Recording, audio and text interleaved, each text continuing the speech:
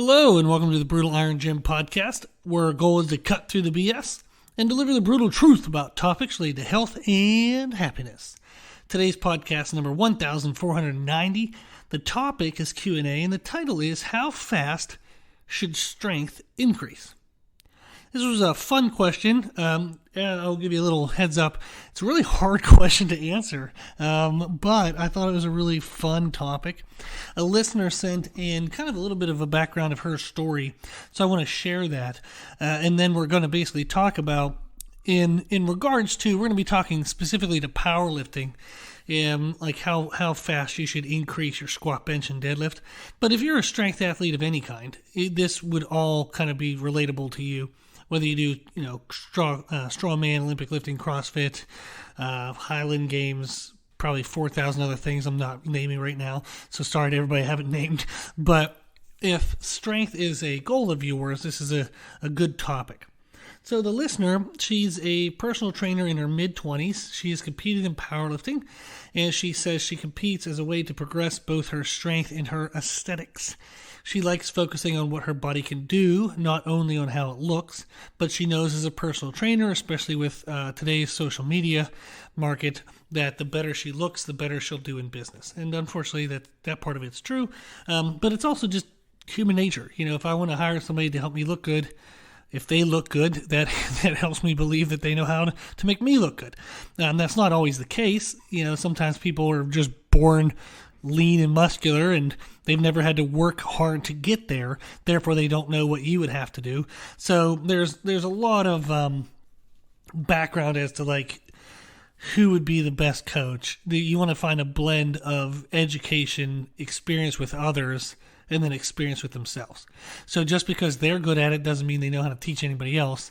And if they don't have any education behind it, they might not have a clue of why it worked and therefore how it would work for you. So you want to make sure that whoever you hire has, a blend of that. Or if some of you follow, if you listen to their content. So I hope that, since you're listening to my podcast, I hope that I fit the bill for that. So I do have a lot of education. I've a way amount of experience with others. And then I have competed in powerlifting myself. I've competed in strongman before as well. I just didn't compete more because I got into being a coach and into business and decided at an early age that I wanted to be the best. Essentially, the summary of it is that training and nutrition, being able to take care of my training and how my body looks and feels helped me so much emotionally and mentally in life that I wanted to help other people feel that way. So I was always more driven to show someone else how good they could feel. And that was something that always excited me more than competition did. So yeah, if I could be a professional bodybuilder, would I? Sure, but I wouldn't want to give up my business. I wouldn't want to give up kind of the other aspects that I focused on. So competition wasn't something that was big for me. I wanted to compete enough to know it, firsthand. I've helped over 100 clients compete in like various competitions and whatnots. I've helped people earn pro cards, elite totals, all the things. So I do know competition well, but it was never a main driver for me. I always wanted to just show other people how they could take care of their emotional mental health. So that was the driver. Okay, getting back to this. Sorry for that. She said that she competed in the beginning of 2020 before COVID shutdowns, and then she competed at the end of 2021. So it was almost 2 years. And she's wanting to compete again, but she isn't sure if she's getting strong enough at the right rate. Like she wonders if she's kind of wasting her time or not. So not wasting her time, I guess, but probably just, is she getting the efficient results that she should get? Probably the better way of what she was thinking. She has a coach. They squat and bench 3 times a week, deadlift once a week. She trains out of her home gym, which is actually really well equipped because that's where she trains clients. So she has really good equipment. Now, I'm going to throw some numbers out there to you, but you don't have to memorize all these. I'm going to give some context to them here in a second. But in early of 2020, her best lifts were a squat of 250, bench of 135, and a deadlift of 300. Her in the end of 2021, so 20 months later, almost 2 years, Her squat went to 265, which is only a 15-pound jump. Her bench only went up 5 pounds, and her deadlift went up 15 pounds. So in 20 months, she gained 35 pounds on her total, and she said, but she also dieted and lost 15 pounds during that time. Then so 10 months later, her squat's at 275, so it went up another 10 pounds. Her bench is still at 140, so it didn't go up at all. And her deadlift is at 330, so she increased 25 pounds to her total while losing 5 pounds. So in 2.5 years of training, she's added 60 pounds to her total while losing 20 pounds. And she wondered, is that good? Well, before I tell you my answer, I'm going to put you on a hook here and tell you everything else. How fast strength should increase is so unbelievably different from person to person because of a million life factors. Now, I'm going to give you an answer in a second, but I just want to go through what some of those factors are so that way you can kind of have an idea of where you are in the kind of spectrum of how fast your strength should increase. So if you're like a true beginner, you're brand new to squat, bench, and deadlift, and your strength's going to go up quite a bit. It should.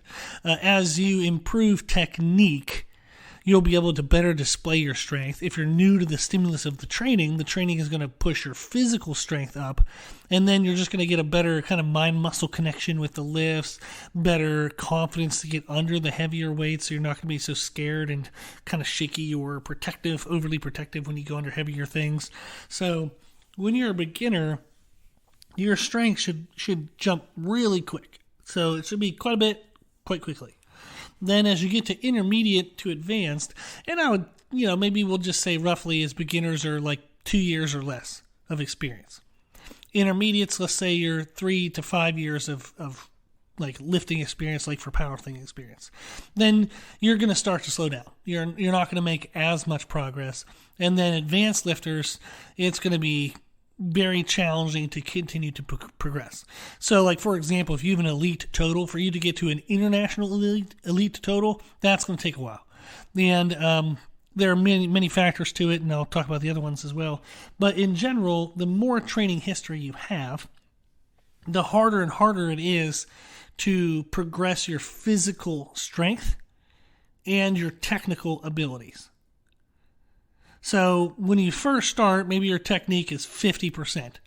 So you can go from 50 to 80% and get a huge jump, a 30% of technique improvement jump. Then as an intermediate, maybe you can go from 80 to 95. Then as an advanced, you're creeping at 95, trying to get up to 100. So, and the physical strength component would be the same as well. On a scale of 5 to 10, a scale of 1 to 10, you might be at a beginner, a scale of 5, a set of 5, score of 5. And maybe by training, you jump to an 8. Then as an intermediate, you go from 8 to 9, then advanced 9 to 10. So the amount of increase that you can make to your technique diminishes over time because you get closer and closer to just being perfect. And then it's more along the lines of just trying not to screw things up and just try to hold on to it. And physical strength is the same thing as well, as you're going to get closer and closer to your limit. So therefore, it's harder and harder to creep out even more. So training history is a factor. Also, depth of effort. If you're only paying attention to training, but you're not eating properly, then your results are going to be crap. If you train and you eat appropriate for your training, you're going to get a hell of a lot better results for a lot longer.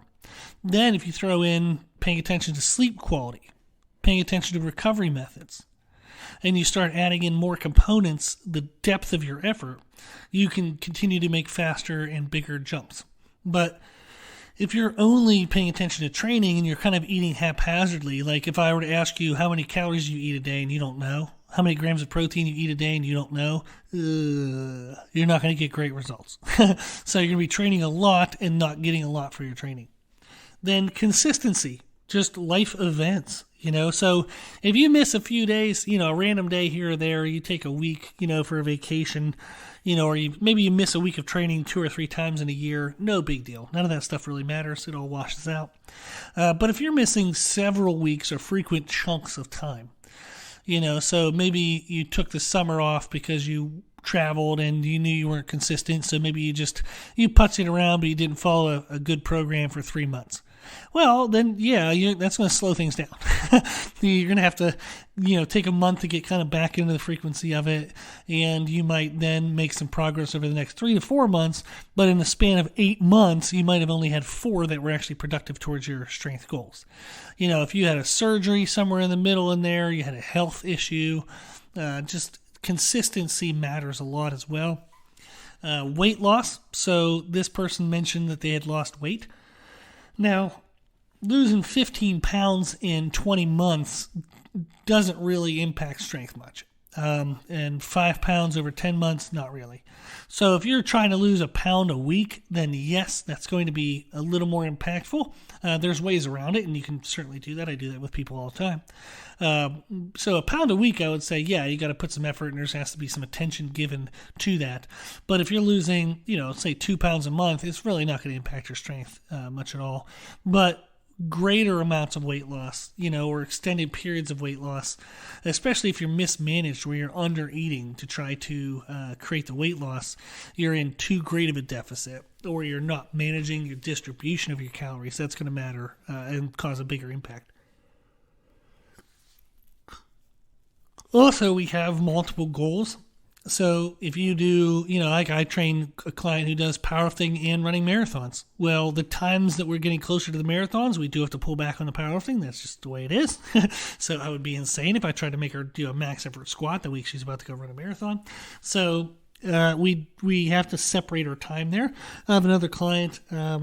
We got from the first meet ever to an elite total, and she blends in firefighting. So she does this combat firefighter challenge, and she's the world champ. Woot woot. Now, we've blended that in very well. That doesn't take too much away from the powerlifting, but it does factor into how we train for powerlifting. So there's a lot of just kind of like aspects to when you mix goals together that you do only have 100% of what you can give in total. So do you give 70% to powerlifting, 30% to the other goal? What's kind of the percentage breakdown? And then body type. If you're somebody who is hefty, so you got a lot of, you got meat on your bones, you got muscle, but you also got some fat, you're going to tend to get stronger faster. People who have very thin builds and they have a hard time gaining weight, they're going to have a harder time getting stronger faster. Now, that's not always the case. Sometimes they have amazing leverages. Sometimes, there's a lot of other components to it. Sometimes smaller people can still have extremely strong connective tissue. So I have one guy who competes at 148 and deadlifts over 600 pounds. He's freaking amazing. So it kind of depends on person to person basis. But if you're, thicker build, you have big muscles, but you also have some fat on you, you're going to probably make strength progressions faster than someone who has a very thin build. Then also, are you trying to hold your body weight while getting stronger, or are you letting your body weight go up? That's an impact. The bigger muscles you get, they can eventually be stronger muscles. Just because they're bigger doesn't mean they're stronger. But if you gain, say in a year you gain 20 pounds, that's going to help you get stronger faster than somebody who tried to hold their body weight for the whole year. So that's a factor. And then, do you have a coach or not? Do you have somebody helping you with technique improvement? Do you have somebody helping you with programming structure? Do you have somebody helping you with nutrition? If you're self-guided, it's unlikely you're going to be able to make as fast a progress as if you had a coach. Because the coach, if they're a good coach, this is all they do. This is all they do all day. So they're going to have a longer experience of history before you, and they're going to have a lot more all-around knowledge and experience than what you'll be able to figure out on your own. Now, I do understand coaches cost money, so if you don't have the money, you can be amazing self-guided. Absolutely, there's so many resources out there nowadays. It's you can absolutely do a great job, but can you do as well as if you have a coach? Probably not. The coach This is what they do. They can look at you. They help with technique improvement, which is by far one of the biggest factors that holds people back and causes injuries. So it's helpful to have an external viewpoint, somebody that can help you with technique. But all of those factors, and that's a lot. You're talking about training history, depth of effort, whether you're doing the training only or training and nutrition, consistency, life events, weight loss, multiple goals, body type, whether you're trying to let your body weight go up or not, do you have a coach or not? Like all of those factor in to how fast you should be gaining strength. But to just give 3 examples here, is one client, they had about 3 years of powerlifting experience. They were in their early 30s. They were having hip pain during their squat. And they came to me and they said, hey, I really want to figure out this hip pain. I'm too young to be having hip pain. I want to progress in powerlifting, but I don't want to make myself worse. So powerlifting was more so a fun way for them to use their physique and motivate them for training. It wasn't like their passion, so they didn't want to lose their hip to it. So at the time, they were squatting 275. It looked like crap. But they could do it. So we brought her down to around 135 pounds to work on her technique and to really work on that hip issue. So she had a lot of inflammation and irritated tissues and a lot of stuff that we had to just let calm down for a while. So we had to do a lot of small movements, a lot of light stuff. We had to actually be kind of really nice to her body for a while before we could start to push it back up.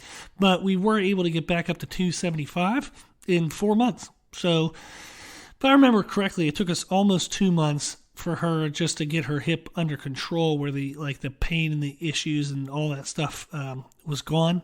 And then we took 2 months to kind of push back up to 275. And then 2 months after that, we were up to 300. So in 6 months, we were able to completely eliminate her pain, improve her technique, and add 25 pounds to her squat total. Another lifter was new to lifting experience for probably 10 plus years. But new to powerlifting, and they were in their mid-30s, and we went from their first meet to an elite total in 3 years while holding their weight. So they didn't move up in weight classes, they stayed the same and went from first meet to elite in 3 years. Another lifter, about 5 years of experience in CrossFit, and she was in her early 50s. In 1 year, we added 30 pounds to her squat, 20 to her bench, and 40 to her deadlift, while fixing her technique, because she was coming in high bar squatting with knees caving in, didn't bench press ever because CrossFit doesn't bench press much. And her deadlift was more so, how can I deadlift to do this 50 times in 10 seconds versus one really heavy time for 1 rep. So we had to address technique. We did body recomposition, so we ate with extreme distribution differences to try to help with fat loss and building muscle and strength at the same time. She had a crazy schedule, 2 young kids, missed workouts here and there, and we had to address knee pain from that she had experienced, and it was from improper nutrition. It wasn't knee pain because of CrossFit. It was knee pain because she wasn't eating right, wasn't hydrating right, and then maybe her technique could have used a few pointers here and there. But she was able to, in 1 year, that was adding, 90 pounds to her total in 1 year at 50 years old. Pretty badass. So there are an enormous amount of factors and that influence strength, and that's what makes it very hard in a general way via podcast to say how strong you should be getting.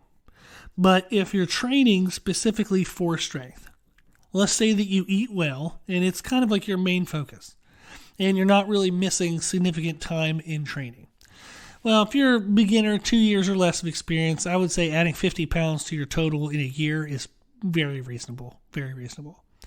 Intermediate, maybe a 3 to 5 years experience, depending on all of the factors. Adding 30 to 50 pounds to your total in a year is very reasonable. If you're advanced, 5+ years of lifting specific to powerlifting, adding 20 to 30 pounds to your total per year would be kind of a reasonable goal. Now, you're going to find 1,000,001 ways in which somebody was above or below those, but I just want to give some general ideas of what you should be able to increase by. So The other kind of advice I would give is to talk to other people who strength train. Talk to other powerlifters. Find them on social media. If you go to a powerlifting meet, make some friends. Talk to people, maybe not during the meet because you want to focus, but maybe after the meet while you're waiting for calculations and awards. Go up to somebody and say, hey, I really liked your lifting. You had great technique. My name is blah, blah, blah. What's your name? And then you can talk, make friends. And you can hear their stories, hear what they've been able to do. Given their background and whatnot, and that can give you more context of what you should be able to do. If you've never talked to a coach or a trainer, that might be a good idea. It's unfortunate that they're unfortunately likely to probably try to tell you that their service will help you more than whatever, progress you've gotten. But it's at least an option to talk to a coach.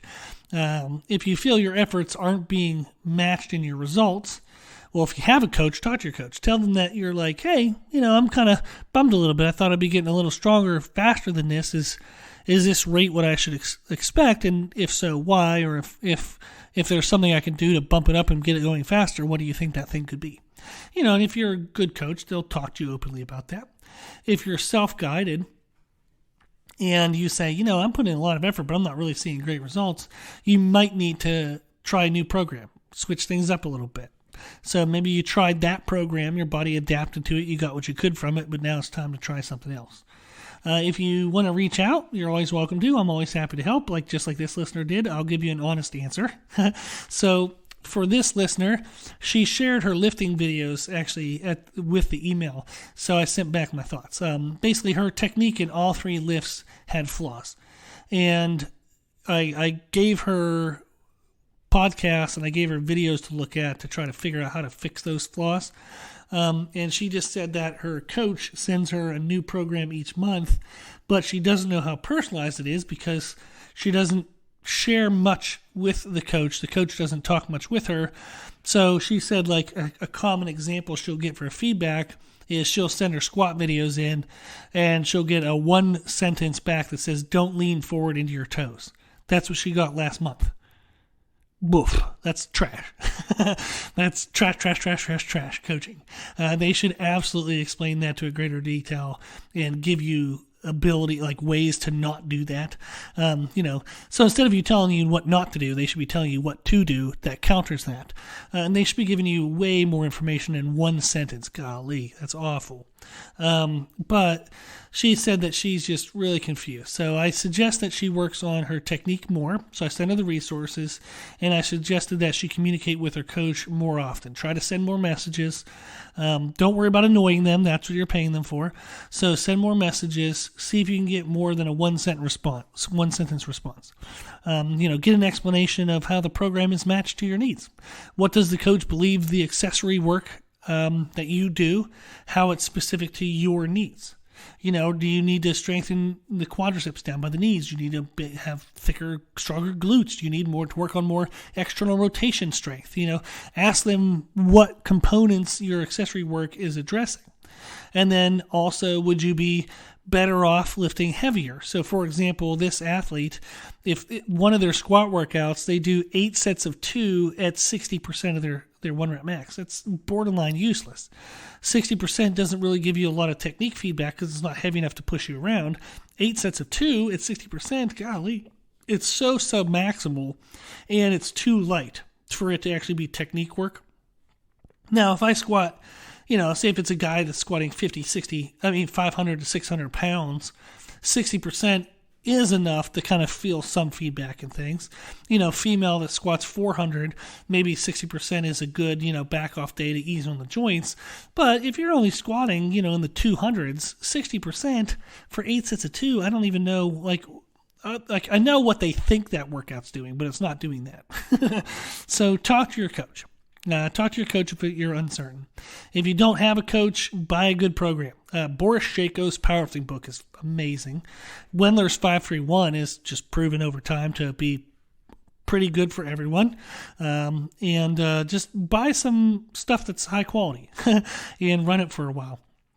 If you're getting good results, keep it. If you're still struggling, then maybe it's time to talk to somebody and have them look at your technique for at least, a month. Just give you some pointers and give a good, knowledgeable set of eyes on what you're doing. So how fast should strength increase? It's really hard to say in every individual case. But if you're following a good training program, you're eating well, you should see a PR in one of your 3 lifts every 3 months. Now, that doesn't have to be a 1 rep max PR, because people don't need to be 1 rep max in every 3 months, especially as more advanced you get. But a volume PR. There should just be something that shows you I have gotten stronger every 3 months. So maybe you switched, maybe you used to do camber bar squats to work on the legs, but to decrease thoracic stress. And you haven't done those in 6 months. And all of a sudden, when you come back to them now, boom, you're up 20, 30 pounds from where you were before for the same reps. Awesome. That's the kind of thing you're looking for. Is it doesn't have to be a 1 rep max PR, but a volume PR of some kind every 3 months. There should be something that says, yes, I am getting stronger. I can clearly see that every 3 months. Okay.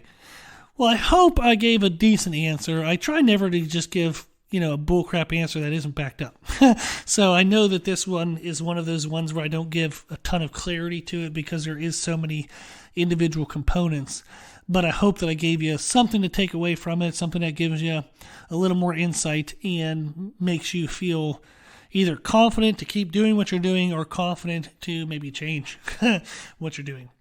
Well, if you have any other follow-up questions, if you need anything, my email is brutalironjim@gmail.com. Okay, well, if you like today's podcast, the podcast in general, please consider sharing it. The more people we share it with, the more people we can help. You can share it on social media. You can share it in a conversation with a friend. Just let them know the podcast exists and that we answer questions for free. So send them our way so that way we can help them. Thank you to the people who donate to support the podcast. The podcast is well over $1,000 a year for hosting costs, and I give an hour to it every day, and I want to keep it for free. So thank you to those who donate to help keep this all going.